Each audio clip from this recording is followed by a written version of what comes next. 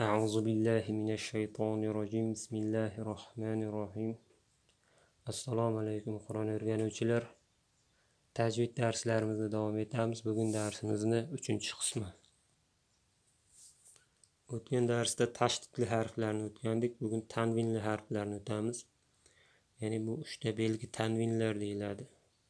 Fathani ustiga yana bir fatha qo'shsak, bu tanvin fatha deyiladi. Kasrani ustiga yana bir kasra qo'shsak, bu tanvin kasra deyiladi. Dommani ustiga yana bir domma qo'shsak, bu tanvin domma deb ataladi. Bularni o'qilishi bu tanvin fatha an deb o'qiladi. Ya'ni fathaga bitta nun, sukunli nun harfini qo'shib o'qiymiz. An. Tanvin kasraga in, tanvin domma un deb o'qiladi. Ya'ni bir nun harfini qo'shib o'qiymiz. Hozir buni yozib tushuntiraman. Demak, birinchi belgimiz tanvin fatha. Fathani ustiga yana bir fatha qo'shamiz. Bu tanvin deyiladi, ya'ni tanvin fatha. Fathani o'zi a tovushini ifoda qiladi. Yana bir chiziqcha qo'shib tanvin fatha qilsak, bu an degan tovushni bildiradi, ya'ni an deb o'qiladi. Buni o'qilishi sukunli nun qo'shilib an deb o'qiladi.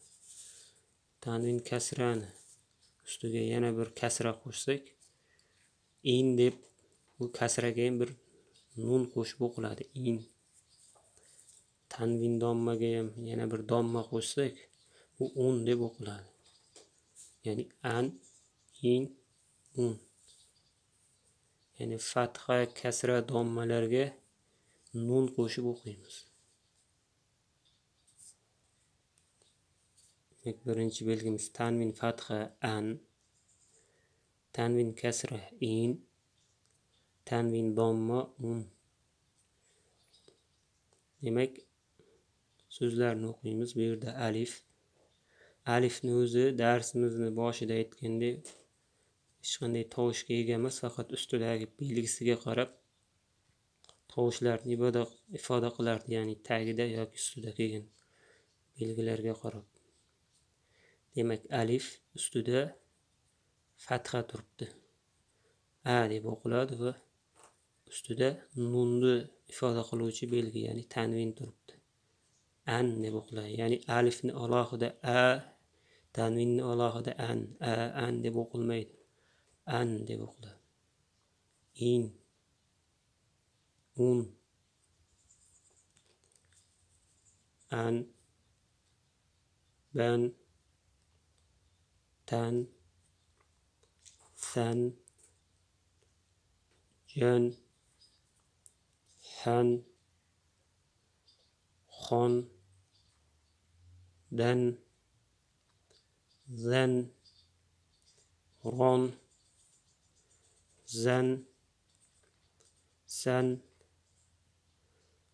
shan, son, bon, ton, von, an. Demak,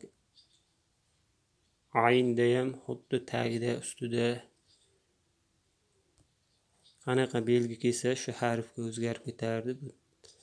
Aynda ham o'zini alohida an deb o'qimaymizda. Demak, ustida fatha kelyapti, a deb o'qiymiz. Demak, nunni bildiradigan belgi an. Ya'ni tanvin fatha an deb o'qilgan bo'lsa, shu tanvin fathan a harfiga hisobiga o'tib ketadi. Alif, ayn harflari. Xon, qon,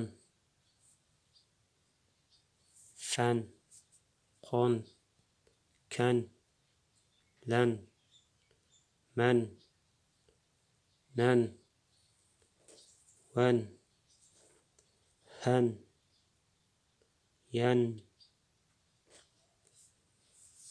Tanvin kasraga misollar: in, bin. Demak, tanvin kasra bilan tanvin fathani farqi, tanvin fathada oxiriga alif qo'shilib yozilyapti. Yani tanvin kasraga alif qo'shilgan yo'q. Mana tanvin fathalarga hamma so'zlarga alif qo'shib yozilyapti. Bu grammatikaga oid qoida hisoblanadi. Bin, tin, sin, jin, hin, xin, bin, vin, rin, zin, sin, shin, sin, din, tin, zin, ayn, g'in, fin,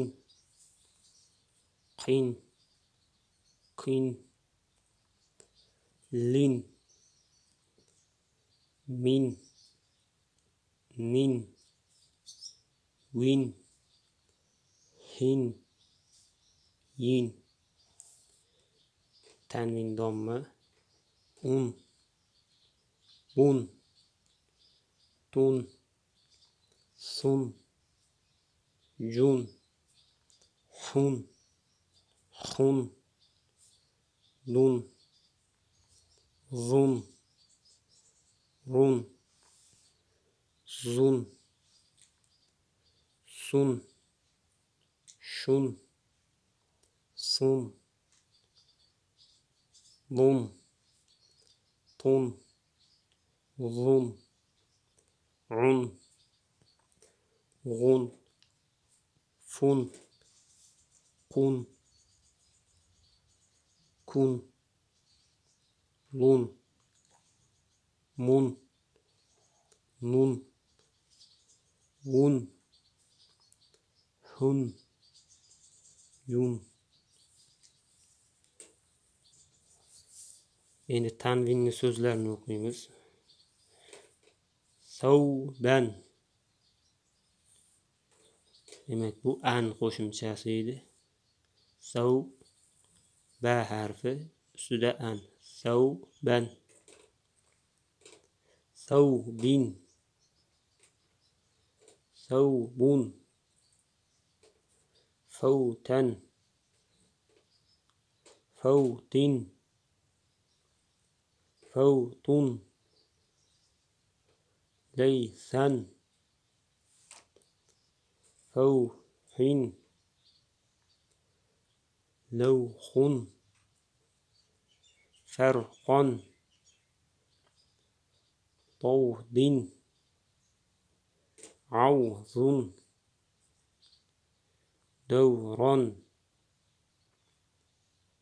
Fawzin. Qawsun. Arshan. Arshin. Hawbun. Sawton. Ghaydin. Shar'un. Farg'on. Xawfin. Shavqon. Shavqun. Darkan. Havlin. Nawmun. Lawnan. Dalwin. Sharhun. Tashdid va tanvinlarni o'tdik. Endi tashdid bilan tanvin birga kelishini o'tamiz. Ya'ni tanvinli tashdidni o'tamiz. Demak, tanvinli tashdidlar rob buni ustida ikkita, ya'ni buni ustida tashdid turibdi. Bu yerda b harfi ikkita degan. Bu tashdidni ustida tanvin turibdi. Demak, robban deb o'qiymiz. Robbin. Hozir buni yozib tushuntiraman. Demak, birinchi so'zimizni robban B harfinin ustida tashdid turibdi. Bu joyda ikkita B bor degan. B harfi. Birinchisi sukunli, ikkinchisi harakatli. Ya'ni tashdidni ustidagi belgi yoki tagidagi belgi har doim tashdidni ikkinchi harfga tegishli bo'lardi. Birinchi harfi sukunli bo'lardi. Demak, bu yozilishi tashdidni birinchi harfi sukunli, rob birinchi harfda tugaymiz. Ikkinchi harfning ustida tanvin fatha turibdi. Demak, ikkinchi harfga tegishli. Rob dan birinchi harfida to'xtaymiz, ya'ni rob ikkinchi harfiga tanvin fathani qo'shib o'qiymiz. Robban. Ikkinchi so'zimiz ham robbin. Demak, tashdidli harflarda kasra kelsa, tashdidni tagiga yozilardi, harfni tagiga emas. Ya'ni tanvin kasra kelsa ham tashdidni tagiga yoziladi, harfni tagiga emas. Bu hozir tanvin kasra deb o'qiladi. Ya'ni tanvin fatha deb deb o'qimaymiz. Chunki bu tashdidning tagida kelyapti. Mana tanvin kasra tashdidning tagida kelyapti. Demak, buni ham birinchi tashdidning birinchi harfi sukunli, birinchi harfida to'xtaymiz. Birinchi B harfida rob, ikkinchi harfda tanvin kasra turibdi. Robbin. Robbin. Tashdidni birinchi harfi har doim sukunli bo'ladi. Tashdidni ustidagi yoki tagidagi belgi ikkinchi harfga tegishli bo'ladi. Demak, bu tanvin kasra ikkinchi harfga tegishli. Robbin. Robbun. Bu ham shunday o'qiladi. Ya'ni birinchi harf sukunli, ikkinchisi tashdidni ustidagi belgini qo'shib o'qiymiz. Robbun. Ikkinchisi harakatli. Robbun.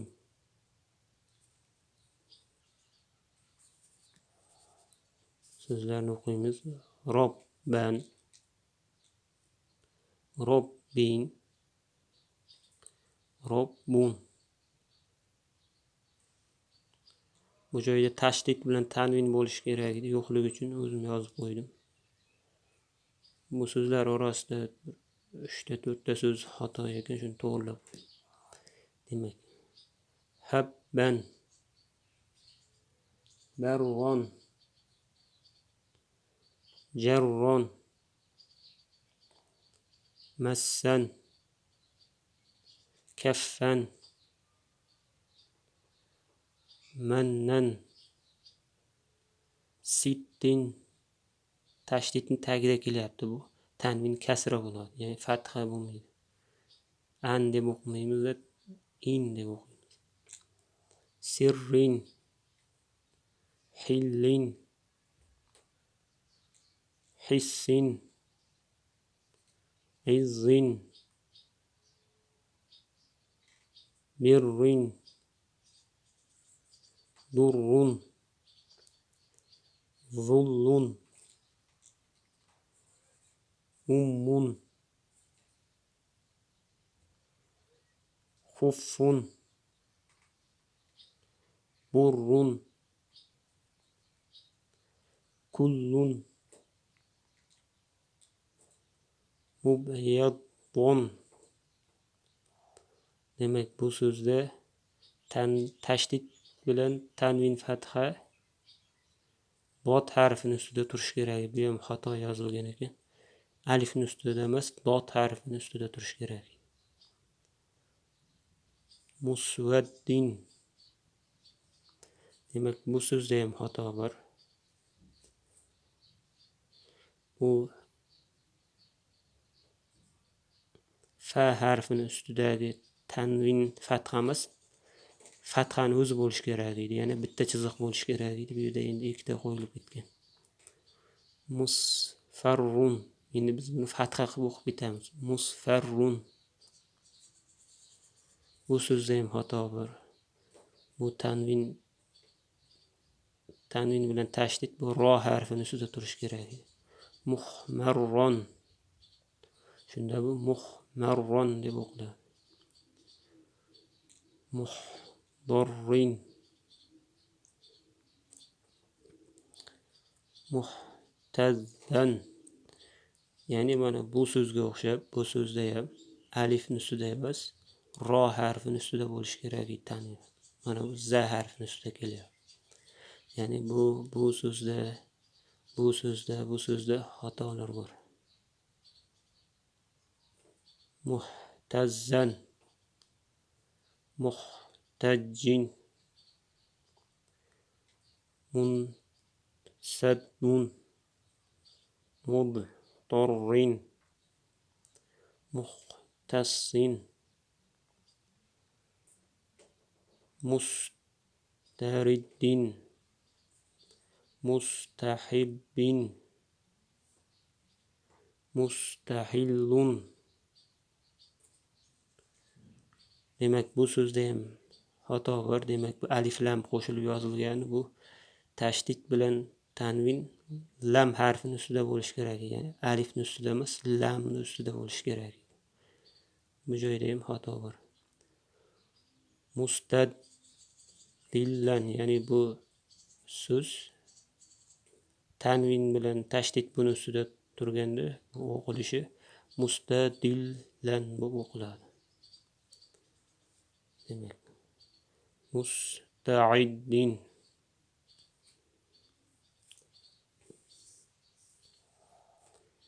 Demak, bugungi darsimizni shu yerda yakunlaymiz. Agar tajvid darslarida kimdir qandaydir qoidani tushunmay qolishligi mumkin. Agar tushunmaganlar bo'lsa, qaysidir qoidani yaxshi tushunmay qolganlar bo'lsa, video tagiga yozib ketsa, yanagi darslarda shu qoidani yaxshiroq tushuntirib ketishga harakat qilamiz. Bugungi darsni shu yerda yakunlaymiz. Keyingi darsda ko'rishamiz.